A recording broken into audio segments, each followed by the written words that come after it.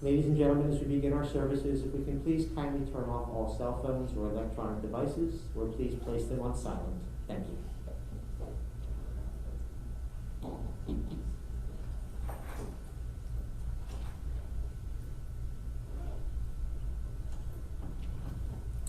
We are gathered here today, friends, to pay tribute to the life of Frances McCaw, Fagel Bat Shmuel, mother to Shelley and David, grandmother to Jordan and Ian, wife to Byron of blessed memory, cousin to many who were like siblings to her, including Joan, Esther Rose, Terry, Joni, Helen, and friend to many, including Nikki.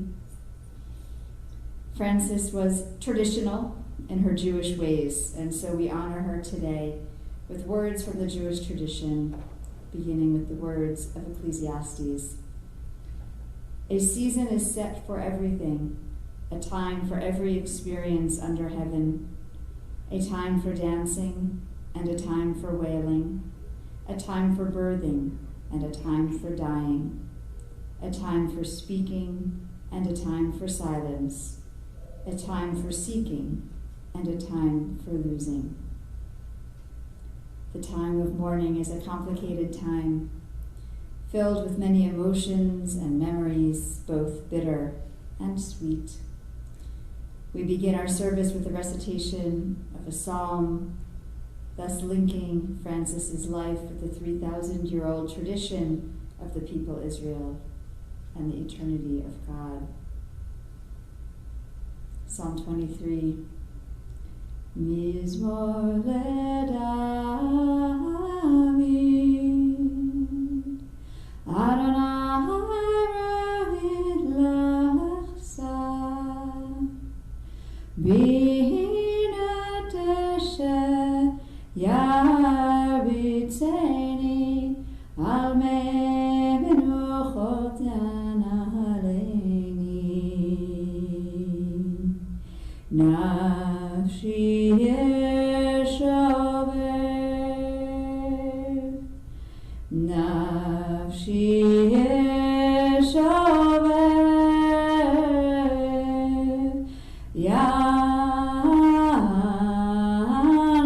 Yancheni, b'madle tzedek, lema'an shemo, gam ki begets al maved,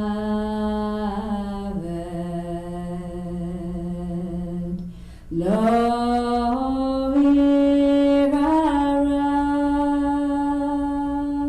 ki ata imadi, shivtecha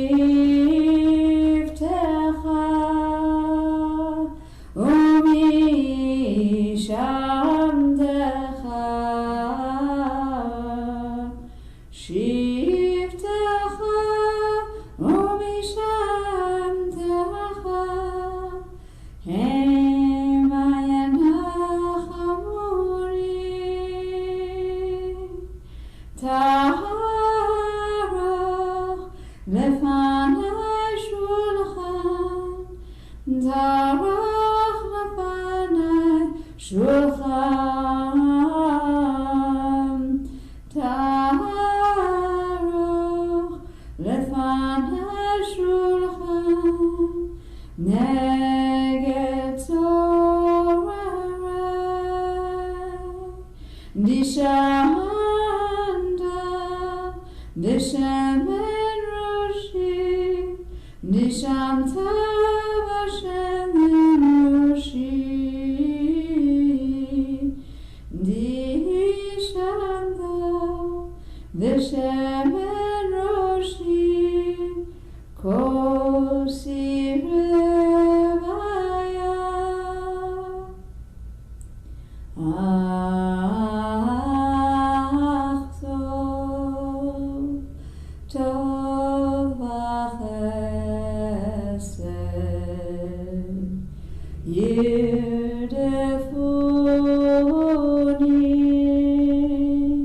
kol yamei chayai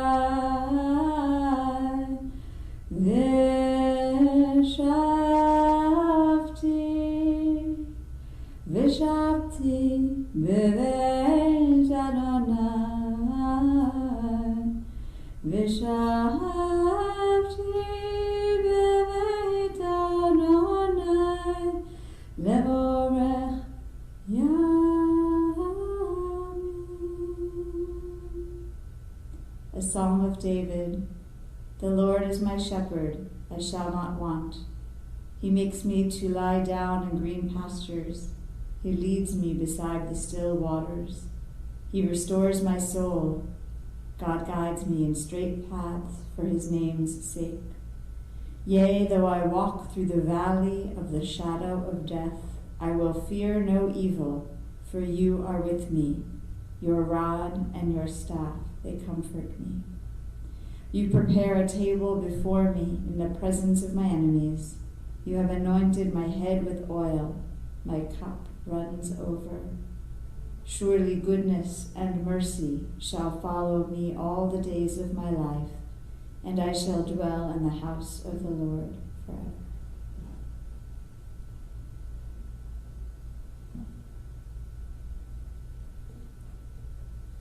A few words about Frances. Frances was the life of the party. Whether it was Jordan's 30th birthday party or at Esther Rose's grandkids' B'nai Mitzvah, joining in the line dances, or on the dance floor with Byron, she was the life of the party. She won people over, like the time, Shelley, you brought her up to Massachusetts because she had a hankering to see a childhood friend.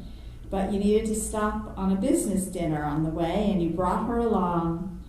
What fun she had at the table with those much younger people having the time of her life. That feels apt to say, having the time of her life. She had the time of her life. It feels apt, now that she is gone from this world, to remember the way she lived her life to the fullest. Which is not to say that her life was an easy one. She was an only child, and it is possible that her parents were difficult parents to have. She would have liked to go to college, but she didn't have the opportunity. She met Abraham in the 7th grade, and while surely there was love and happiness at first, the marriage was difficult. He would come home from a long weekend schlepping from the shore to Newark, where he worked long hours in retail, and from Newark, where he worked long hours in retail, and want to sit at home, and she, with her lust for life, just wanted to go out and have a good time. They lost a child, a daughter, just hours after she was born. And how she wished she'd had the opportunities other women of the next generations had. And yet that never stopped her from living her life to the fullest. No, she never had the opportunities she dreamed of. She was a good student. When she was young, she won several writing awards. She wrote the class ode from her high school class, which they trotted out at her most recent reunion. Oh, and how she admired Justice Ruth Bader Ginsburg. Loved going to see the exhibit about her at the Jewish Museum with Jordan a few years ago. But she made the most of herself. She didn't much like being a housewife. Dinners were never anything fancy, just something thrown together, maybe something better on the weekends. She wanted to be out in the world. And so when Shelley was in 1st grade, she did it. She went to work as a bookkeeper, finding interesting work for a small electronics firm, a civil engineer, an accountant. And then she and Abraham decided to go into the travel business. It was a heavily regulated industry at the time, and since Abraham had a day job, she ran the business as her main gig. She became one of the first to be trained in computerized bookings from American Airlines. She was proud of that. That career lasted more than 25 years, and it was a good one for her, for oh, how she loved to travel.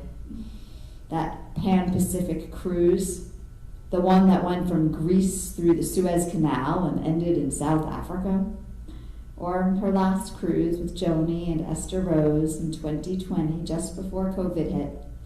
The three cousins sharing a room, and there Frances was, dancing with her walker, a hit with other people, the center of attention and the life of the party. Moving with Byron, her Jamaican-born second husband, to St. Croix might have been far-fetched for other Jewish girls who grew up the daughter of a mill worker in Manchester, New Hampshire, but not for Frances. It was just about right. The way to live life to the fullest and sneak in some more of the world along the way. Hooking up with American Express there was icing on the cake. Byron and Fran loved each other so much. Married for more than 32 years, they made each other very happy. Perhaps that is why, when Shelley was separated and started dating, she advised him, "Get yourself some colored underwear. Women like it better." Frances liked liberal causes. She marched for women's rights, joined the Million Women March, and marched for LGBTQ rights too. Mobility issues never stopped her until the very end.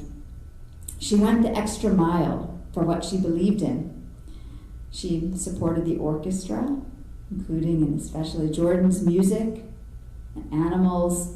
She wasn't super religious, but she kept the holidays, Passover, stuck to the traditional foods, and in her last years became close with one of the local rabbis in Philly, learned with him the Parsha or other topics, articles, discovered as you cleaned out her apartment these last weeks. Her real religion might have been Rachel Maddow, which she watched religiously every weekend, every weeknight, 9 to 10 p.m. Don't bother calling her then.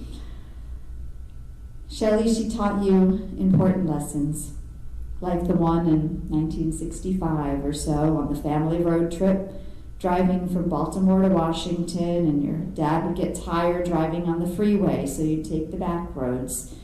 And there, young Shelley saw signs advertising colored cabins.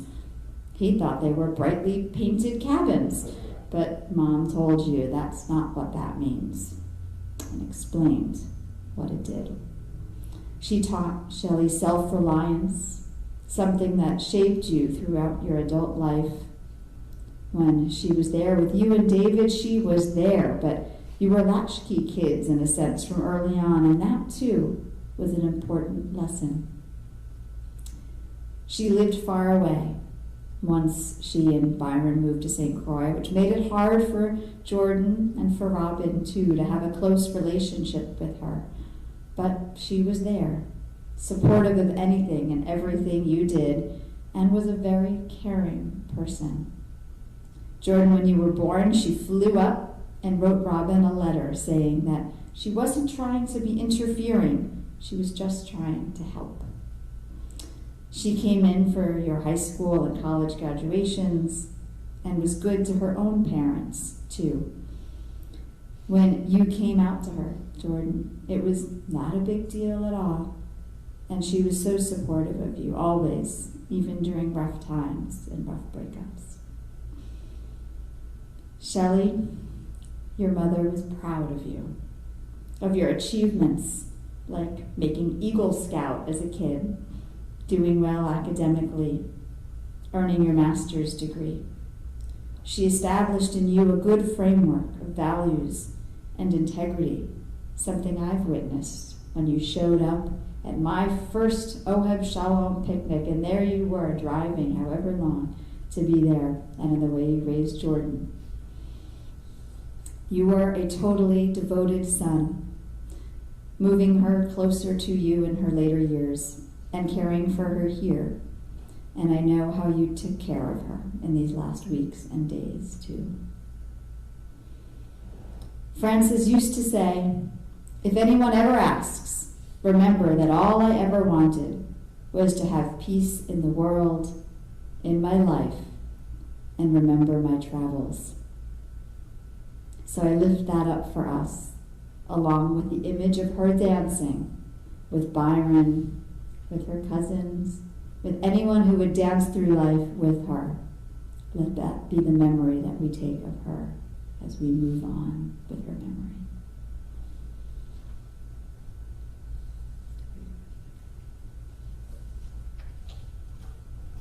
I'm so glad to invite her cousin Esther Rose to come and share some of her memories.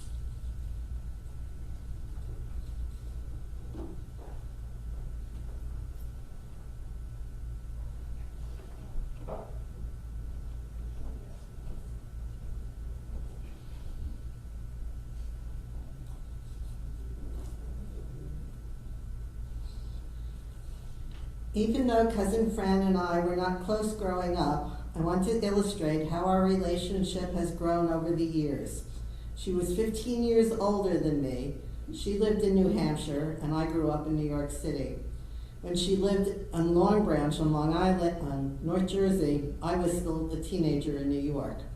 I do remember that as a 6 or 7-year-old, going to see her off on the ship when she sailed to Germany to be with Abe, who was stationed there. Over the years, we saw each other occasionally at family gatherings. When she and Byron were living in St. Croix, we took a family vacation and spent a week with them. She loved showing us around, cooking luscious dinners with local foods that were totally unfamiliar to us. And later, we would all go out dancing at her favorite dives. But I have more memories of us together as older adults, being together once she moved to Philly. Thank you, Shelley. Initially, she would take the bus to Cherry Hill Mall, and we would spend the day at Macy's, followed by pizza and beer. When she was no longer able to take the bus, we would go shopping and to lunch near her apartment, and then even later, it was just lunch together in her apartment. We did communicate via email, with her keeping me up to date with all of the human rights organizations and activities that she supported. I'd like to address 2 highlights of our relationship. The Women's March in January 21st, 2017, we were on Ben Franklin Parkway in Philly with millions of other women. Fran, with her rollator and a friend, took a taxi to get there, which was not an easy feat. With the help of our cell phones, we were able to connect. At 85, walking long distances with her rollator was a challenge for her. So we spent the day way up in the front near the art museum so we could hear all of the speeches and be near the porta potties. It was important for Fran to be present and to be counted and to witness that day. In January 2019, I think that was, yes, it was 2020 by then, we took a Caribbean cruise together. Fran loved to travel and cruise, and after my husband passed away, she decided that I needed to take a healing cruise. We arrived in Fort Lauderdale 2 days before our departure, just in case. We were able to attend Shabbat services at a nearby synagogue, which she truly enjoyed. Our second cousin Joan joined us in sharing a mini suite. Joan and I agreed that Fran would have the bed closest to the bathroom. Apparently, Joan and I snore, so we played musical beds the first 3 nights until Fran could be as far away from us as possible. That meant she slept on the sofa farther away from the bathroom. She still complained about our snoring. Her plan was to sleep late, order blueberry pancakes, and have breakfast on the balcony. Room service did not offer blueberry pancakes. So every morning I would go down to the cafeteria and bring her whatever breakfast specialties were available. At dinner, we had to sit at a different area of the dining room every night because it was always too chilly for her. Initially, Joan and I did not leave Fran unsupervised, but then we found out that there was a GPS in the medallion that you needed to have with you on the ship. So Fran was now free to roam the ship, with us keeping track of where her medallion was going. She usually found a comfortable place to sit and chat with whoever was nearby, or she shopped, and she hit every little store on the ship. She loved the after-dinner music and could be seen standing with her walker and swaying to the music. It brought smiles to those around us. Mobility was a challenge for Fran, and by the end of the trip, she had come to terms with the fact that her traveling days were finally over. Fran was fiercely independent. She was bright, sociable, and had diverse interests from the orchestra and classical music to her Judaism and, importantly, to human rights. She appreciated all the care Shelley provided and loved when Jordan came to visit. She lived a not always easy, but a full life. She will be missed.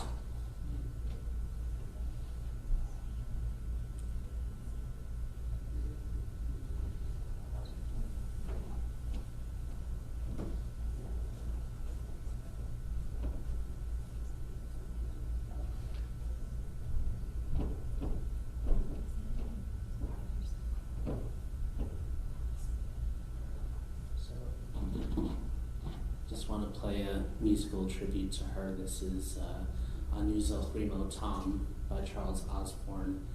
And this is a piece that we played, that we've sung at Yizkor on Yom Kippur at Ohed Shalom. And just to give an idea of how much she loved music, this is one of my craziest memories. This was maybe 4 or 5 years ago. We were set to go to, I believe it was opening night of the Philly Orchestra season. So we're in our seats and we're waiting for the concert to start. And it was supposed to be a phenomenal concert. Someone comes out and says, "There's no concert. The musicians just went on strike." So.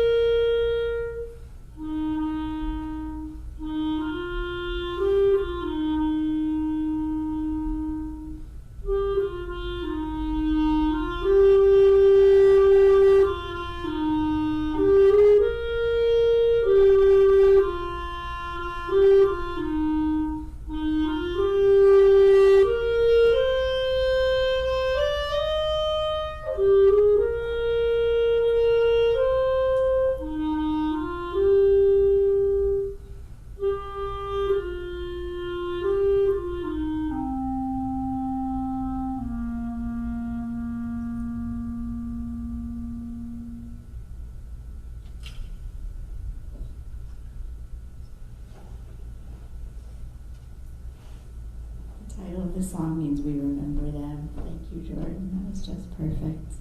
Shelley?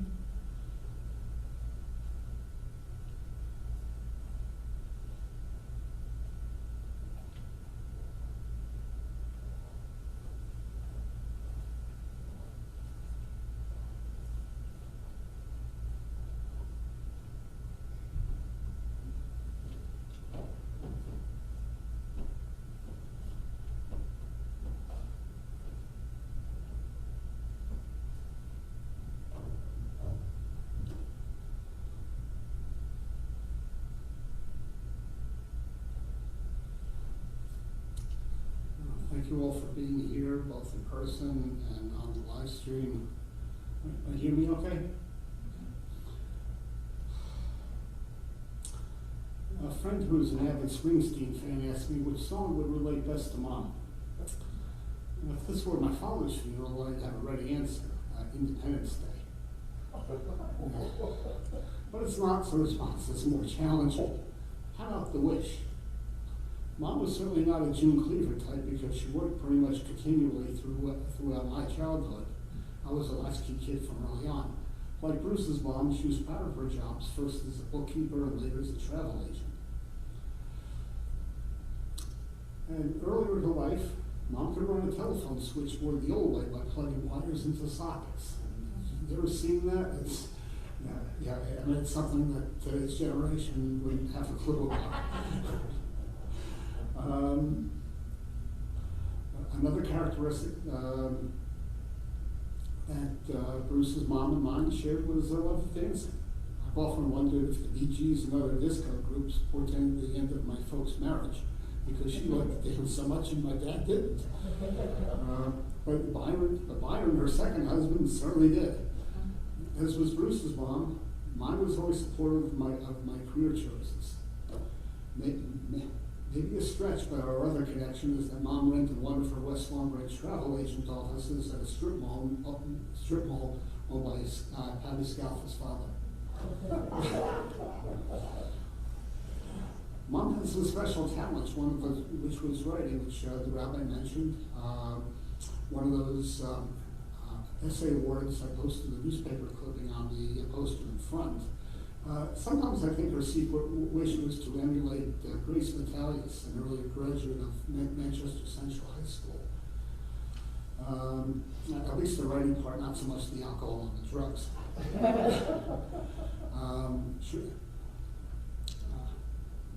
Another was her handwriting. My 8th grade homeroom teacher held up to the class one day an absence note for me that she had written, and her handwriting was still beautiful until about a year ago.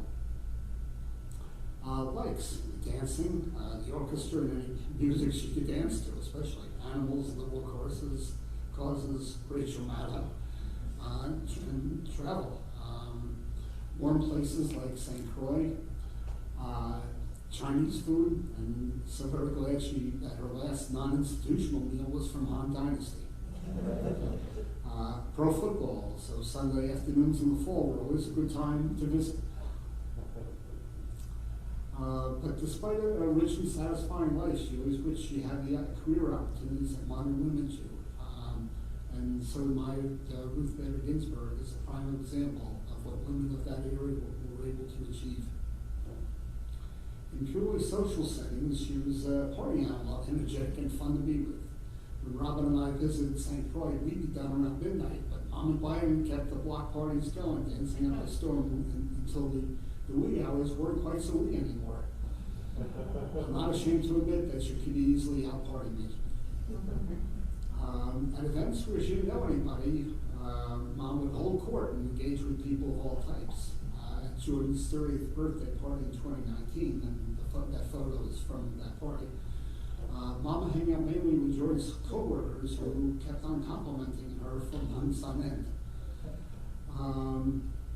Mom had been expressing a desire to visit with her childhood friend Marilyn Greenfield, who I think is in one of those group photos in the newspaper clipping, who was living in Sharon, Massachusetts at the time. So this opportunity presented itself when I was attending an annual meeting of my professional association in Providence. So she agreed to take the train from Philadelphia to Providence, well into her 80s at the time, and we would head up to Sharon on Saturday. But as they often did, people from Moody's Investor Service were sponsoring a dinner Friday night, and they were agreeable to Mom joining us. Everyone at the table found her to be delightful and charming. Comments I received over and over. And one of my business friends who was there, and we're working on something together now, and I notified him that I'd be out of pocket, and he said, "Oh, I remember that dinner so much, and your Mom was terrific." And she commented for years long afterwards that she so enjoyed being in the company of younger than me professionals who were well dressed and heavily engaged in shop talk, and at least enough to qualify. And especially enamored with the women who were well into their professional careers. As only children, Mom grew up with her cousin Joan, who now lives in Connecticut, near her daughter and my cousin Randy. They were very close when Mom still lived in New York City until age 12, but usually spent summers together after Mom moved to New Hampshire. Thank you, Joan, for sending those photos of both of you from those days. Well, I understand that you two got into plenty of childhood and teenage mischief when you were together. Mom was so proud of George's accomplishments, his Jewish education, involvement in synagogue, teaching career, especially because the students are mostly minorities and the economically disadvantaged. Music, and of course having at the same political persuasions. It was pretty easy for them to get into political discussions we didn't disagree with at all. Lessons for me, as Rabbi related the story about the colored cabins, self-reliance and independence, much to Nikki's continual consternation. Do the right thing. There was a time I received a threatening phone call. It was job related, and talked to one of my friends, Bob. I don't know if you were on the live stream. And he said, "Your folks taught you to do the right thing, right?" So do the right thing. You know what to do. You're right. Empathy. What if you were in their shoes? And, think of other people. How to drive a stick shift. Record keeping and money management. Even going through her papers, things were pretty well in order. It was only growing up, she took care of all the family finances and records, and even as a young adult, for at least a few years, took care of my checkbook and took care of my tax returns, not my checkbook. Robin found was overdrawn by the amount of my line of credit, which we got through that. Mom and I were usually on the same page. Growing up, she was a moderating force that diluted Dad's judgmentalism, if that's a word, and inconsistencies. More Bruce. I remember many outings together, Bearbrook State Park in New Hampshire, and the strong smell of those pine trees. Diners for lunch. When we lived in Bloomfield, New Jersey, the site was a popular destination for whatever reason. When we lived in Long Branch, we used to go out to Freehold. More Bruce. And just going somewhere. A few years ago, when I began to fear Mom was starting to lose it, we passed a Roma Bank on the way to Jordan's one of concerts. And Rick Wassman probably knows it. It's located near where he lives. We looked at each other. Are you thinking what I'm thinking? Yeah. So I thought, is that a good way to wrap up? Yeah. But one more thing. This was her present to me on my 50th birthday, the complete Life's Little Instruction books. And there was an inscription. I know you don't need instructions for your life. You're doing just fine. I'm so proud of you. And this is in really nice handwriting. Thank you for what you and Robin are doing for us. Pass this book to George. So George, come on up here. If you think he'd enjoy it. But maybe you'll find it light, interesting, and funny. Love, Mom. So Jordan, this is now yours. Remember.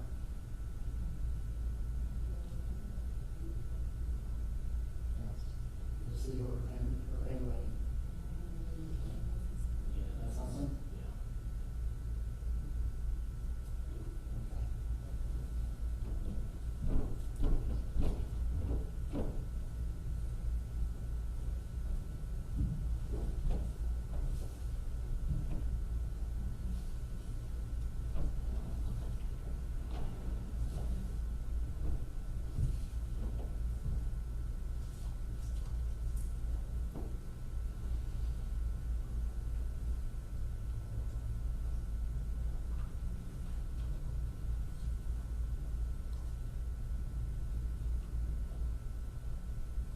The mysteries of life and death are beyond human understanding. We are perplexed and overwhelmed when pain and anguish befall those whom we love. In sorrow, confronted by death, which has taken Frances from our midst, we feel our frailty. Like morning dew, we glisten for an hour or two and disappear into a new day. Ro'eh Yisrael, shepherd of Israel, guide us, your flock, with love and compassion. If in our grief and desolation we grow distant, do not abandon us, but draw us closer to you and to one another. Grant solace and comfort to those who mourn. May they sustain each other with the blessing of memory, the memory of the life of their beloved mother, grandmother, cousin, friend, Frances McCaw. I invite us to rise and join as the family recites the traditional words of the mourner's Kaddish. Does anyone need copies? Do we have? Yitkadal v'yitkadash shmei Rabbah be'alma divra kirutei v'yamlich malchutei b'chayechon v'yomechon v'chayei dechol Beit Yisrael ba'agala uvizman kariv imru amen. Yehei shmei Rabbah mevarach le'elam alame amaya. Yitbarach v'yishtabach v'yitpa'ar v'yitromam v'yitnaseh v'yithadar v'yitalev v'yithalal shmei dekudasha b'rechu la'ela mikol berchata v'shirata tushbachata v'nechamata da'amiran ba'alma v'imru amen. Yehei shalom rabba min shemaya v'chayim aleinu ve'al kol Yisrael v'imru amen. Oseh shalom imromav hu ya'aseh shalom aleinu ve'al kol Yisrael v'imru amen. You may be seated, and may God grant you comfort from the mourners of Israel and Zion.